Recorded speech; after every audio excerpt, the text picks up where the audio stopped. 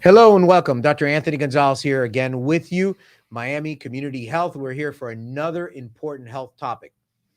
How many of you guys today have taken a deep breath? Do you feel that? We need to breathe. It's very important. If you don't breathe, you're not going to be around very long. But I've brought our expert, our breathing expert, our lung expert, our pulmonologist. Brought with us today Dr. Andres Sosa to talk with us about the lungs. Welcome, Dr. Sosa. Thank you. Thank you for having me here. It's a pleasure. So tell us first, before we get started and we talk about the lungs and some of the common conditions of the lungs, tell me a little bit about yourself. So I'm a pulmonologist. I specialize in all sorts of lung diseases. I'm originally from Venezuela, but I did my residency and fellowship training up in Massachusetts. I've been in Miami for about 5 years. And I work both at Baptist at South Miami Hospital, seeing pulmonary consults and so forth. And I also like the field of interventional pulmonary. I have a fellowship in interventional pulmonary, which is basically treating complications of malignant complications in the airway, like tumors invading the airway and so forth. And that's about it. Yeah, in an interventional pulmonary, as opposed to a pulmonologist who may just like listen to your lungs or and so forth, you're doing interventions on patients, right? So Correct. You're doing like procedures and stuff, right? Correct. Yes. Give us an example of like things that you could do for a patient. An example would be patients who have a tumor that's partially occluding a bronchus, for example. We could debride the tumor, get rid of the tumor, basically, and sometimes leave a stent if the patient needs a stent. Or not. We can also diagnose lung cancer, stage lung cancer with different endoscopic techniques. Yeah, and that's all done through the mouth. You don't have to operate on patients and open up their chest or nothing like Correct. that. That's Correct. awesome. Okay. Yeah. So we're going to try to cover a couple basic topics today that people are familiar with and that occur to our friends and our family. And the first one is asthma. You know, you always hear asthma as a child and people can have asthma as an adult. What is asthma? So asthma is a chronic inflammatory disease of the airways. It's typically reversible. It causes reversible airway obstruction, meaning let's think of the airways the way we look at, for example, a tree. Okay, the trachea being the tree trunk. The tree trunk divides into two big branches. Each branch goes into each lung. Okay, and just like a tree, as the branches start branching out and finally get to the leaves, the airways are the same way. They start branching out into the lungs, and instead of the leaves, we have the alveoli. The alveoli is where everything happens. So asthma is an inflammatory disease that happens at those smallest branches that are right there at the alveoli level, what would be the last little branch that's attached to a tree. So from then on is where the inflammation starts, and that causes airway obstruction, meaning it is very difficult to exhale. When we can sometimes inhale better than we can exhale, and that's typical for asthma. So in asthma, this inflammation causes not only airway obstruction, but also spasm of the airway, what we call bronchoconstriction. That bronchoconstriction is typically reversible, and we use a bronchodilator to kind of relax the airways so we can breathe better again. There are other types of airway obstruction that are fixed.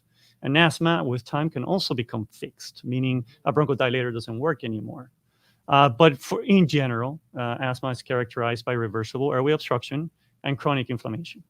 And does it occur more commonly in a certain subgroup of patients, in children or in adults or men or women, so forth? Yeah, so there are different types of asthma. Well, we talk about phenotypes. So phenotypes being how a particular disease is manifested in different people. So we have allergic asthma, for example. So allergic asthma is more common in children. And it's associated with environmental allergies, with atopic dermatitis, for example. The type of inflammation that we see is one that's driven by a specific cell that's called the eosinophil.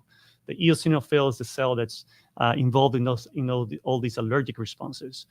Then we have adult onset asthma. Adult onset asthma may or may not have these same type of cells, may or may not be related to environmental factors. So sometimes they will respond very well to the typical asthma treatment, which is the inhaled corticosteroids, and which allergic asthma responds very well to. So adult asthma may not respond as well as allergic asthma. Then we have, for example, asthma that resembles COPD, which is chronic asthma, when asthma hasn't been controlled for a long period of time, or people who are severe asthmatics may end up developing that fixed airway obstruction and behave typically like the classic COPD patient. And then we have asthma of obesity, for example. People who are overweight may develop a type of asthma that is very difficult to treat. It just does not respond to the classic inhalers that we use. Wow. So obviously, most of this is treatable, except when you're talking about this fixed or the obesity asthma. Yeah. Is the treatment just puffing or pills, or do they need procedures? How do you treat that asthma? So the classic therapy for asthma is inhaled therapies. Okay. So the inhaled corticosteroids are the most important drugs. Inhaled corticosteroids are the ones that decrease the inflammatory response that's going on in the airways. We see oftentimes that patients get prescribed short-acting bronchodilators. So those are, for example, albuterol is a common one that people use. And people will use them every time they have symptoms. And sometimes they'll work in that they'll make people feel better right on the moment, but they will not treat the inflammation. The inhaled corticosteroids will be the ones that treat the inflammation. So we have inhaled corticosteroids, and then we have the bronchodilators. And always an asthmatic that's not absolutely completely controlled needs to be on an inhaled corticosteroid. So it's asthma is not a curable condition. Can you outgrow it? Do kids outgrow it, or is it curable? Yes. So asthma, we can't say really it's curable. It's a chronic condition that may be controlled to the point where no treatment is necessary. So somebody that's an asthmatic doesn't necessarily mean that they're going to have to be on some sort of therapy for the rest of their lives. And we assess this every 3 months, every 4 months. We can either step up the therapy or step down the therapy. And the therapy can be stepped down to the point where patients only use something when they need it, which should be very seldom. If it's anything other than once or twice a week, they need to be on something every day. Wow. So how do I know, or how does a patient know that they may or may not have asthma? If they're short of breath, I saw some patients this morning in the office and they're telling me they're short of breath when they're walking. Is that asthma, or how is that first diagnosed? Because we have viewers out there that are thinking, maybe I have asthma because I'm short of breath. Yeah. So shortness of breath is definitely one of the forms of presentation of asthma. Typically shortness of breath, wheezing, and coughing. So and asthma can present as a full triad, and sometimes in response to something. For example, a strong perfume. Somebody goes to work and somebody brings in a bunch of flowers to work that have this strong scent, and then all of a sudden I'm wheezing and my chest is tight. That definitely suggests asthma. Or somebody is cleaning the floors and now I start coughing and wheezing. That also, sounds like asthma. So, but asthma can sometimes be not as obvious. For example, a cough that won't go away. One thinks of asthma always shortness of breath and wheezing, but there's cough variant asthma. There's people that only cough, and that's the only clinical manifestation of asthma. And they get all sorts of therapies, and the cough just will not go away until they get an inhaled corticosteroid, and then the cough disappears. So do you have to make the diagnosis, and how do you make that diagnosis of asthma? Somebody comes to you with a cough, and they say, I have a cough, a little bit of shortness of breath. Is there a test to diagnose asthma? Yeah. So asthma is a clinical diagnosis. We don't need a specific test to diagnose it. Now, it would be ideal if we have also objective data to prove it. So what would that be? There's a test called a spirometry, in which we ask the patients to just blow really hard into a machine that's going to give us some numbers that help us determine whether there's airway obstruction. But the airway obstruction in asthma is reversible. So at the time when we do the test, they may have a completely normal spirometry. That does not mean they don't have asthma. There's another test that's called a methacholine challenge test. Now, this is a very sensitive test, meaning that if somebody has asthma, the test is always going to be positive. But the fact that the test is positive doesn't necessarily mean that the patient has asthma. Okay, so the methacholine challenge test, we don't use it very often because of that. Asthma is really going to be a clinical diagnosis. Wow. Okay, so we've talked about asthma, and similar to asthma, and you already talked about, is COPD. So first, explain to our viewers what does COPD stand for, and then tell us a little bit about what is COPD. So COPD, it stands for chronic obstructive pulmonary disease. And it's also an inflammatory disease of the airways that tends to be progressive. And it's secondary to a noxious fume, exposure to something noxious, typically cigarette smoking. Less often, people who use wood stoves, for example, can also trigger it. But very rare, at least in the United States, to see a COPD patient that's never smoked. Because we don't have wood stoves, really. Yeah, yeah, exactly. So, and COPD, we talk about it as preventable because it's typically the result of exposure to something. Right. We talk about it as treatable also because we also have, like with asthma, medications that can help us treat COPD. So the difference, so asthma and COPD can manifest very, very similarly. And it's going to be more the background as to how everything presents that's going to say to us, okay, this is COPD versus asthma. A lot of the times, both conditions go together because asthma is relatively common. COPD is also common. So COPD is important to know that it's the fourth leading cause of death in the United States. Wow. So it's people with COPD that may develop progressively worsening airway obstruction and something that's called exacerbations. Exacerbations means that somebody who has been stable and have some degree of shortness of breath, let's say, okay, I only get short of breath when I go up the stairs. All of a sudden, in short of breath, when they're not doing anything, they're coughing, they're wheezing, they feel terrible. They have to get some sort of therapy for that right away. So that change in the normal day-to-day variation of COPD is what we call an exacerbation, and those are bad. So the more exacerbations a patient has, the worse the prognosis. A patient who's had 2 or 3 exacerbations every year is almost like looking at a stage 4 cancer. So COPD is a disease that people need to be aware that's out there because it can be treated. And if it isn't treated, then the consequences can be devastating. So fourth leading cause of death. Mm-hmm. Why do people with COPD die? Respiratory failure, pneumonia, and cardiovascular disease as well. Wow. But yeah, respiratory failure and pneumonia. So you get a person who's already got a very injured lung, a diseased lung, and then you throw pneumonia on top of it, which makes things worse. Okay, and then you what about cancer? You know, asthma cancer, COPD cancer. Is there any affiliation or association? Definitely. So there's a very strong association between COPD and lung cancer that's independent of having smoked. So cigarette smoking, huge risk factor for lung cancer. 80% of lung cancer patients are smokers. If on top of that the patient has COPD, then the risk of lung cancer is even higher. Wow. So But the COPD causes the lung cancer, or it's just because of the smoking? You made a comment. How about if they're COPD and they're not a smoker? Because does that exist? And can you? So I think that that's such a minority of patients that have COPD and not smoke. Yeah, I think that. I mean, it's a great question. I think it's mostly driven by cigarette smoking, but cigarette smoking in a non-COPDer, the risk of lung cancer is not as high not as high as a cigarette smoker who also has COPD. Exactly. Okay. All right. Wow. So very dangerous. Again, like I said, breathing is very important. And of course, if you have this underlying condition of COPD, respiratory failure. Now, asthma and lung cancer, any association at all? Not really. No, not really. Okay. So we've talked about asthma. You understand, now that asthma is usually is something that's going to respond to therapy. It's something that's reactive, of course, and something that's reversible. COPD, not really reversible. And that's more of a chronic problem.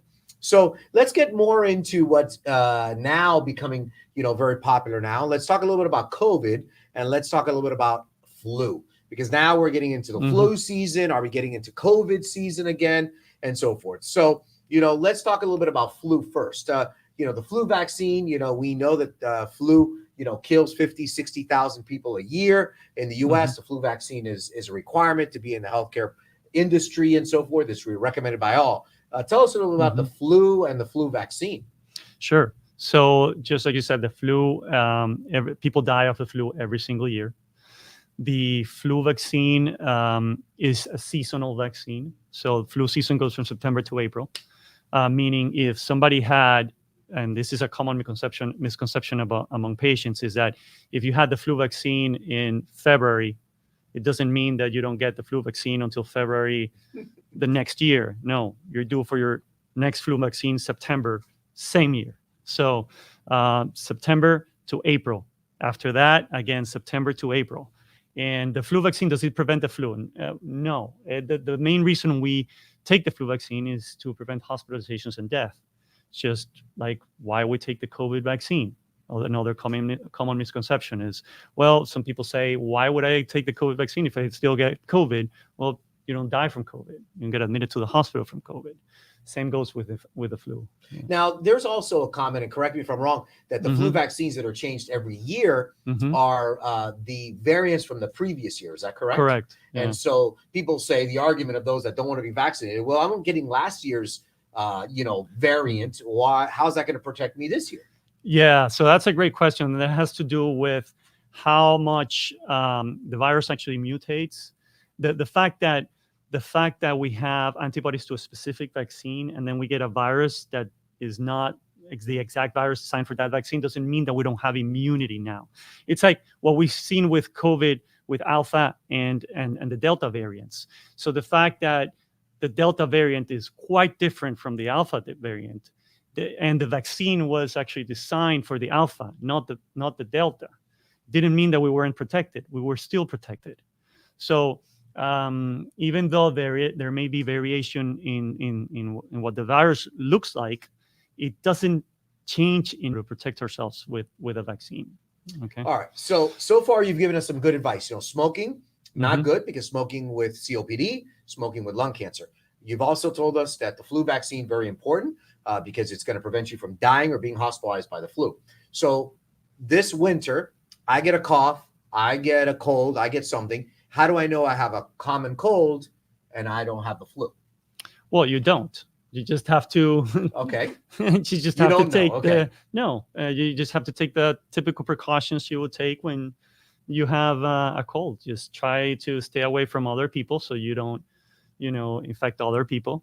And symptomatic therapy, and just wait until it goes away. And so if I'm concerned I have the flu, they also test you for the flu, right? Yeah, for the flu, there is a test for the flu. And, if you're having fevers, if you're having chills, and you're afraid you could have the flu, well, there's also Tamiflu, which is a therapy that we give for influenza.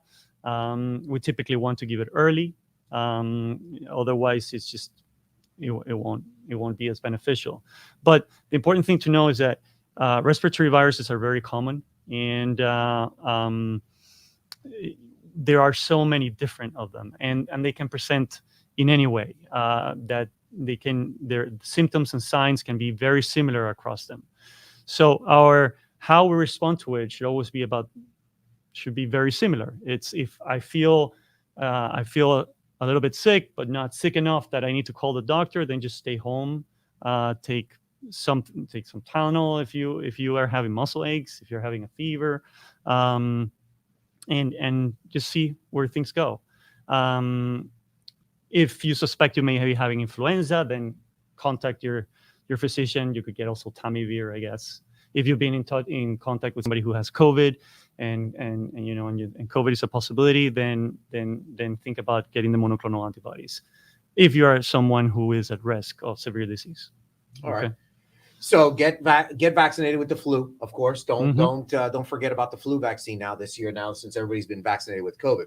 So let's talk about COVID. Let's talk a little bit about the COVID vaccine.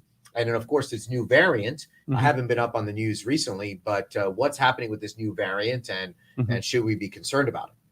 Well, what we know about this new variant, and that why it's been concerning from the start, is that it is very different. When we have the vaccine, we build antibodies towards a specific part of the virus, which we call the spike protein. This is the part of the virus that actually binds itself to our cells and infects us. So we make antibodies against that particular protein. The new virus, the Omicron, has variated that protein quite a bit. It's very different from what it was before in some key places. So that's where people are afraid of, well, what's going to happen now? Is the vaccine going to be able to cover or not? What we do know so far is that it seems to be more contagious, but it does not seem to be more severe.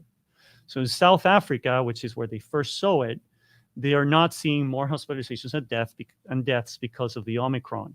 And now it's still really early on. Is this going to change next week or the week after? We just don't know.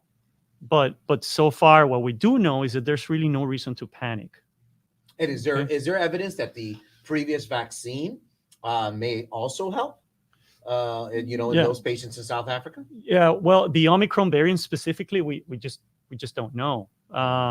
We would like to think yes, just like the Delta is different from the Alpha, and it still prevented hospitalizations and deaths very well. So obviously the Delta and the Alpha now are not as common. We're not seeing it as common. COVID is way down in our hospitals, thank God, and in our community. Okay. So should you get vaccinated? I haven't been vaccinated yet. Somebody tells me, a friend or family member, should I get vaccinated for COVID? Of course. Okay. You still get the vaccine, even though we're not seeing it. Okay. Yeah. And then what about the booster? When should you be getting the booster? So the booster is typically 5 months after the first series of 1 and 2. What people need to know is that 1 and 2 are crucial. They're just absolutely crucial. The booster is great. It does give an added protection. So if we have a 90% protection from hospitalization and death with the 1 and 2, we add the booster on and we bring that up to 95, 99%. Wow. So up to a factor of 10 of what it was before. So again, is it as important in somebody who's 25 years old as somebody who's 70? No. If somebody who's 25 years old, we need to treat about 8,000, 9,000 people to prevent one hospitalization. But in somebody who's 70 years old, we only need to treat close to 500 people to prevent a hospitalization. 500 people is not that much when we're looking at millions and hundreds of millions of people getting this virus. 500 people is nothing. So it does add quite a bit of protection, and it is recommended. And do you think what's going to happen is that we're going to have a COVID vaccine every year, like we have the flu, because we have all these variants occurring? You think that's what's going to happen going forward over the next number of years? Again, it's very difficult to know, and we'll know with time. So far, again, the variants that have come out have so far been we've been able to fight them off with the vaccines that we have available. And also, there's other therapeutics that are going to be coming out. We know that there's some medication that's going to be coming out to take for people who already have COVID. Monoclonal antibodies. Now they have these 6-month monoclonal antibodies that would last 6 months. Oh, wow. Yeah. So there's a lot coming out. So I don't know that it will be like influenza and that we're going to be needing a different vaccine every year. I would guess probably not, but we'll see. So let me ask you something a little different. What about that mask? Should we still be wearing masks? We have to wear them in the hospital, of course. And when I go out in public, I do wear them, but I have had to be in positions where we're not wearing them because, somebody's house or something like that. And I go to a gathering at somebody's house. Going forward with flu, and there's some parts of the world that people wear masks all the time. Going forward with flu and going forward with this new variants of COVID and this fact that we're looking like we're going to see this over and over. What are your opinions about masks? Well, masks are important. There's no question. They are important. But are we going to be wearing masks everywhere throughout the rest of our lives? I think at the end of the day, it becomes a question of each person individually thinking, what are my risks of developing severe disease? And, am I willing to take that chance by not having a mask? Masks do protect. And it is obvious that they would, just thinking about how the virus spreads, but we, on the other hand, have vaccines that are very highly effective. So it's going to become, each individual person saying what the risks are. I mean, if I'm a patient who has had a transplant, or a leukemia patient who just had a bone marrow transplant, that's very different from a 25-year-old marathon runner. So it, I think that's the best way to look at it. All right. So we've heard some good respiratory advice, lung Yeah. advice, no smoking, get your vaccines. Mhm. Are there any checkups that you should do on your lungs every year? Like, the women have the mammograms, and we've had experts here talking about colonoscopies. How do we check my lungs? Do I have to ask my doctor to get some type of lung? Yeah, usually there's no universally recommended pulmonary exam. No. Okay. The one thing we do routinely now is for heavy smokers, for people who've smoked for about 30 years, 1 pack a day, and they're still active smokers or have quit within 15 years. We do lung cancer screening. So it's we check for lung cancer by doing a CT scan every year, and that, just like prostate cancer screening, colon cancer screening, mammograms, it's just another way to detect lung cancer. Early. To detect cancer early. Yeah, of Yeah, course. yeah. And again, the people that will qualify for lung cancer screening are heavy smokers. Wow. Mm-hmm. Well, I want to thank Dr. Sosa here for being with us today. It's been a great period of time talking about the lungs. Every breath we take, and we understand that our lungs are very important. Take care of your lungs. No smoking. Make sure you get your vaccines. And, of course, protect yourselves and protect your loved ones. And thank you again for being with us and educating our community about lung diseases. We talked about asthma, COPD, and, of course, influenza. So once again, from Miami Community Health, Dr. Anthony Gonzalez here signing off. Thank you for another great show.